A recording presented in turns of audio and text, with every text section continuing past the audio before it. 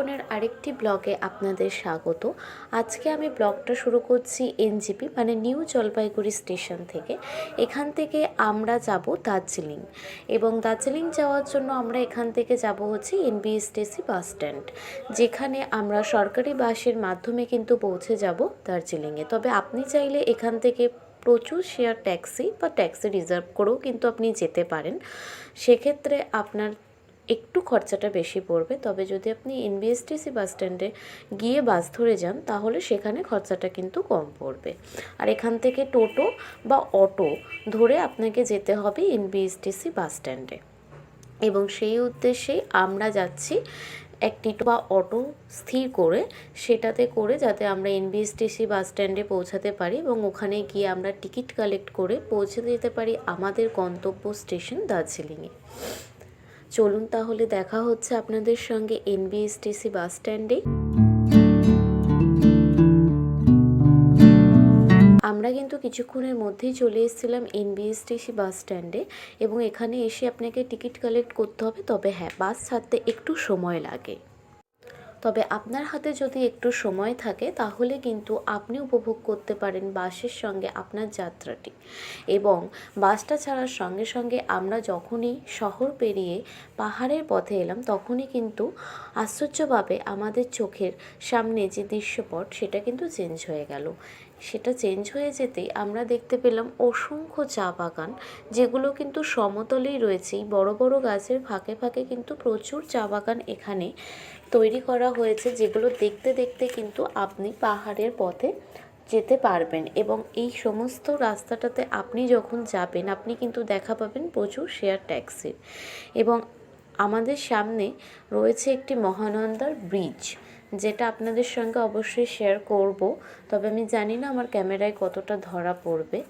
তো এখানে যেতে যেতে দেখুন এই যে সামনেই, খুব সামনেই আর কি আমাদের যে চা আমরা খাই, তো সেই চা গাছগুলো দেখা যাচ্ছিলো, তাই সেটাকেও আমি ক্যামেরা বন্দি করেছি। এবং আস্তে আস্তে কিন্তু আমরা এগিয়ে যাচ্ছি দার্জিলিংয়ের পথে।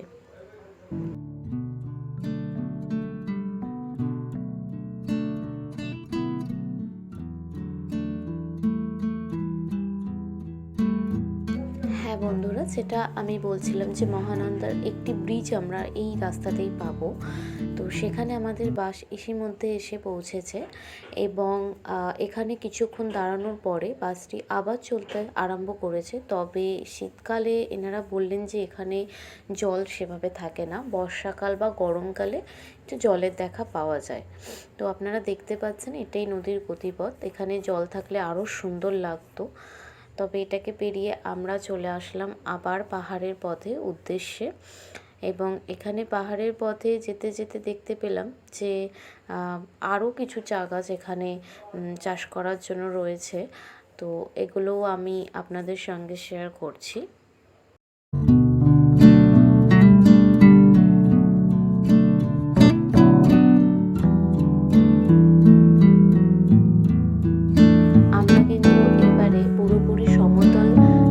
ছেড়ে পাহাড়ের রাস্তায় উঠে পড়েছি। ওই যে দূরে পাহাড় দেখা যাচ্ছে, সেই পাহাড়ের কাছেই আমাদেরকে পৌঁছাতে হবে, এবং দেখুন আমরা পৌঁছেও গেছি। আপনাদের জানিয়ে রাখি এই পুরো যাত্রাটি কমপ্লিট করতে আমাদের 2.5 থেকে 3.25 ঘন্টা সময় লেগেছে বাস স্ট্যান্ড থেকে। তবে বাসে যেতে কোনো রকম কষ্ট হয়নি, ভালোই লেগেছে। খুব সুন্দরভাবে চারিদিকের দৃশ্য আমরা উপভোগ করতে করতেই পৌঁছেছি আমাদের গন্তব্য দার্জিলিংয়ে। এবং বন্ধুরা দেখুন যে নিচে যে রাস্তাটা দেখা যাচ্ছে ওই রাস্তা দিয়ে ধরেই কিন্তু আমরা এসেছি, একটু উঁচু রাস্তায় এসেছি। তবে পাহাড়ের রাস্তা তো আপনি যখন উঁচু থেকে দেখবেন তখনই দেখতে খুব সুন্দর লাগবে। যার জন্য আমিও চেষ্টা করেছি উঁচু থেকে কিছু আপনাদের সঙ্গে শেয়ার করার। আর একটা পাহাড় নয়, আমার মনে হয় এখানে কিছু পাহাড়ের সমষ্টি রয়েছে। একটা পাহাড়কে কমপ্লিট করে দেন আমাদের অন্য একটি পাহাড়ের উদ্দেশ্যে যাত্রা করতে হয়। তো যখন আপনি একটা কোনো গাড়ি বা বাস বা কোনো কিছুতে ট্রাভেল করবেন তখন আপনি এটা ফিল করতে পারবেন। আর পাহাড়ের পথে যেতে যেতে এই যে মনোরম দৃশ্যগুলো বা এই দূরের পাহাড়গুলো, এগুলো দেখতে কিন্তু সত্যিই খুব সুন্দর লাগে। দূরের দিকটা আমি জানি না ক্যামেরায় কতটা ধরা পড়ছে, তো ওটা না একদম সুন্দর নীল হয়েছিল। আর সবচাইতে ভালো লাগে যখন এই বাঁকের রাস্তাগুলো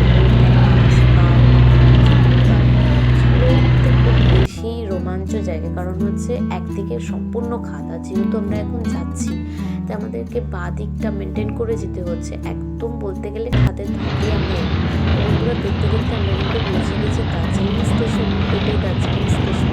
আপনি যদি চান আপনি এখানেও নেমে যেতে পারেন, তবে আপনি আপনার হোটেল যেখানে নিয়েছেন সেই অনুযায়ী আপনি যেতে পারেন। তো এই রাস্তাটাই কিন্তু সোজা চলে গেছে দার্জিলিং ম্যালের দিকে, আর এখান থেকে আপনি দেখতে পাবেন জয়জনেরও রাস্তা। হোটেলে গিয়ে একটু ফ্রেশ হয়ে কিন্তু আমরা পায়ে হেঁটে বেরিয়ে পড়েছিলাম দার্জিলিংটাকে একটু দেখতে। তো প্রথমেই ঠিক করলাম ম্যালে যাবো, কারণ ম্যালটা আমাদের হোটেল থেকে খুবই সামনে, আর পথেই পেয়েছিলাম এই চার্চটা, যেটা ভেতর থেকে এবং বাইরে থেকে খুব সুন্দর। তাই সেখান থেকেই শুরু করলাম, আর তারপরেই পৌঁছে গেলাম ম্যালে। ম্যালটা কিন্তু সত্যি অসাধারণ সুন্দর, চোখের আরামও বটে। আর এখানেই রয়েছে শীতের বস্ত্রের বিপুল সম্ভার। আর আপনি চাইলেই কিন্তু একটা ছোট্ট কিছু কিনে আপনার স্মৃতি হিসাবে রাখতে পারেন। চলুন তাহলে আমিও আমার স্মৃতি কিছু কিনে নিই, আর কিছু শীতবস্ত্র। আজকের জন্য ভিডিওটা এখানেই সমাপ্ত করছি। দেখা হবে নেক্সট ভিডিওতে। টাটা।